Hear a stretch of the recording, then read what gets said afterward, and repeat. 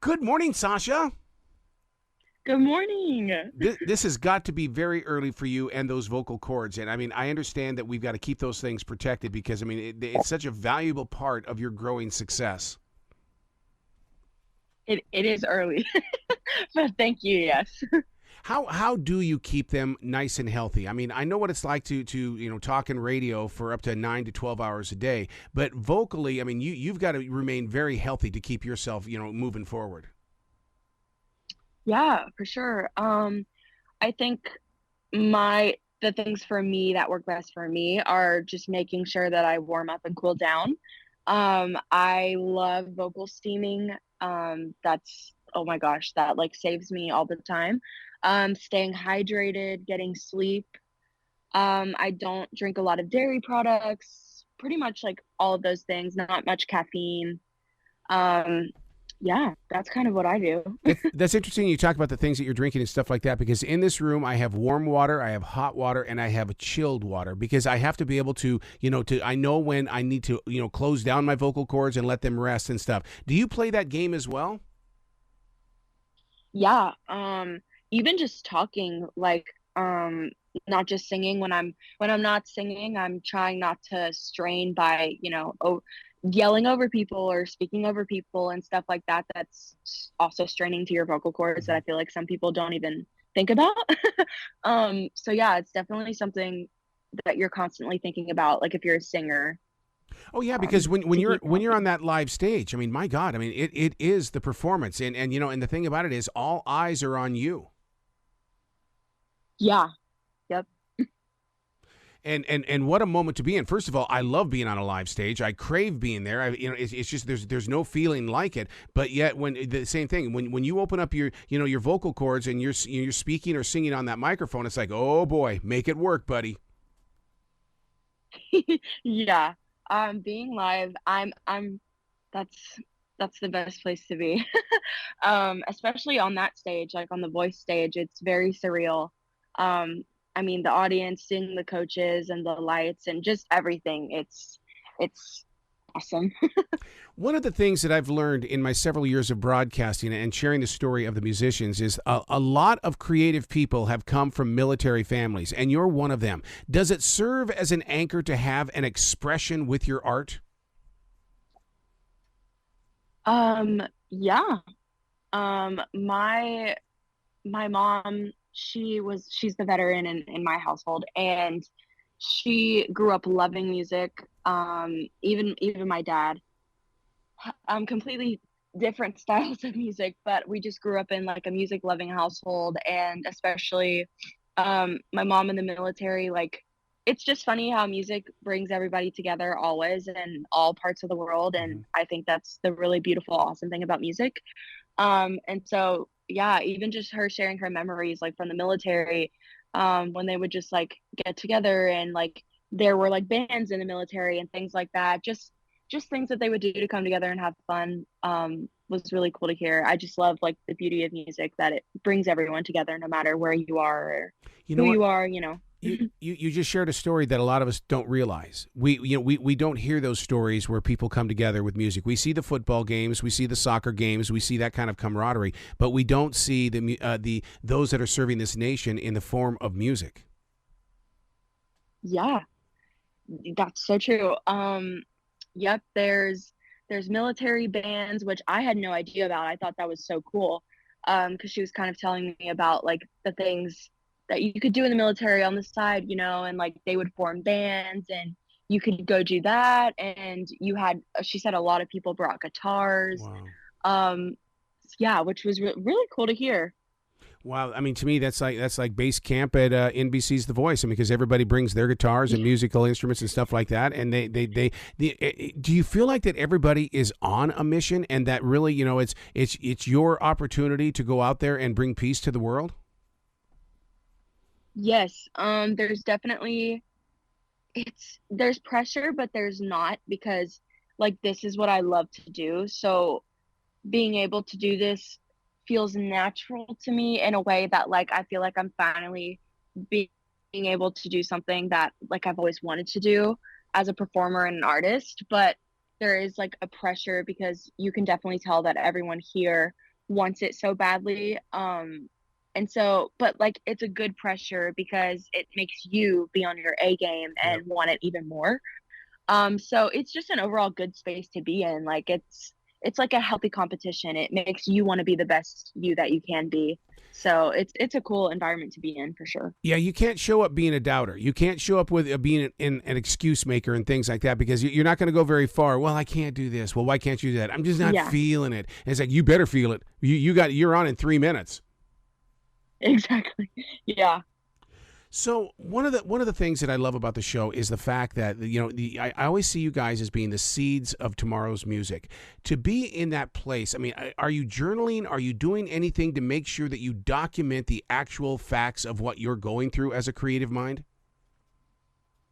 Yeah, I'm trying to take a lot of pictures and videos, but yes, I actually have a journal that I started during my blinds all the way up until this point. So that's really exciting. I made that decision a while ago. I was like, I want to write this down so that way like far along in the road I can look back and just like be in that mindset. Like I'm curious to look back in a couple years and be like, what mindset was I in like when I was doing this show, which is going to be really cool.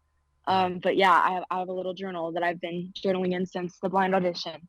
Well, I'm glad you're doing that because, Sasha, I've been a daily writer since July of 1994. And when somebody says, what were you Wow. doing in 1998? I say, let's go find out. Let's go see what that creative mind was doing. And it's fascinating, and it's not a conceited thing to go back and see the birthing steps of new ideas and things like that and see how you grew from that moment. And you, where you are right now, I mean, my God, I mean, you really are taking steps that are catching the attention of a lot of people across this nation. Yeah, that's awesome that you've been doing it so long.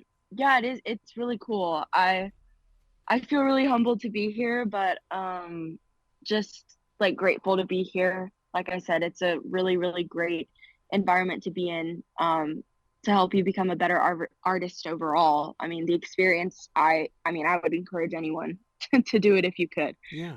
Singing in church, doesn't that open up the imagination and the heart in the way of going, oh, there's a reason why we're singing these lyrics.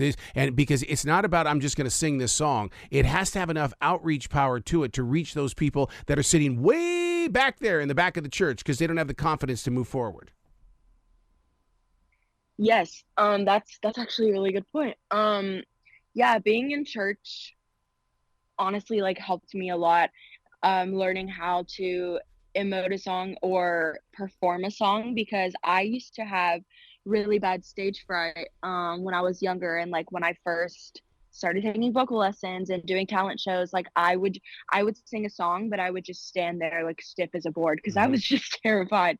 And so I think like growing up in church it really helped me to kind of like transform in that way. And then also just like being a part my dad he's originally from Mexico, so we listen to like a lot of mariachi music, and it's very like it's just like a performance. Like it's really, really a show and an emotional support performance if you've ever seen or heard a mariachi singer perform. So I think like taking little bits of that culture and then like combining it with like my church experience, and I don't know, it just really teaches you like how to be a Yep. storyteller along with being a vocalist. Yeah, because you're definitely setting up the stage when the preacher man comes out there, and it's not the fact that you're the opening band because you are not. Because some people go just to hear the worship band, and that's enough just to open up their souls. Yeah, for sure. And the I don't know how it is at your church, but what they do is they put the lyrics up on the big screen, and that was a mind blowing change in my life because I'm one that I can hear the bass beat. My God, I can hear the fingers on the guitar, but when it comes to lyrics, for some reason, I don't know if it's because I'm a radio person, I don't hear lyrics. But if I see the lyrics up there, I get the song. Yeah. Yeah, I mean God, gotta love that big screen. It saves me sometimes. So now, I mean, how do you make sure that because I mean, you're performing the songs. I mean, when you're looking out there, I'm sure you can see the lost and those that are trying to figure out what a particular chorus is all about. They want to sing along and things like that. How do you keep yourself focused in on the calling of those songs in church? Um, for me, it's more so of like when I'm on stage at church, I never view it as like a performance. Mm-hmm. Because I feel like that's my one-on-one like intimate time with God. Mm-hmm. So I'm honestly just like when I'm up there, I'm worshiping freely. Like it's honestly it's just like me and God at that point. And I think when it's authentic too, I think people ultimately just gravitate towards it anyways and will want to participate in it. So I try to just have authentic worship, and I think that's like the best thing that you can do, honestly. One of the things that inspires me about you is that you are the, because the people of music before you didn't have this opportunity, but you're singing in wineries and breweries and things like that. It is the new coffee shop performance. It's got to be a different vibe for you because, when people go into these areas of community, it's such a different kind of a story maker. Yeah, definitely gigging and yeah, just performing around. I've been gigging since I was 14, solo acoustic, and it definitely helped me a lot with like church helped with the performance aspect of it, but gigging is an entirely different world because it's not just performance, but it's also entertainment and interaction, and you have to learn like who you are as an artist. You have to learn how to like entertain people, and I don't know, it's just a different world. It really teaches you a lot of things. I always recommend, like I have some artist friends who do shows for their original music and all of that stuff, which is amazing. But they'll ask me like, "Do you like gigging?" Like is and I'm like, "Yes, I love gigging. I love the people that I've met gigging. Um I've met some really cool people just like from gigs that you never would think that that would happen. So, I mean, I just love it. I think it helped me so, so much, and I do not regret it at all. Sasha, the grocery store that I work for, we have live music on Thursday nights. They come in and set up and they sing for 3 hours. I mean, I just love the way that people are starting to re-embrace when it comes to having somebody on an acoustic guitar. Yes, me too. I've said that a lot.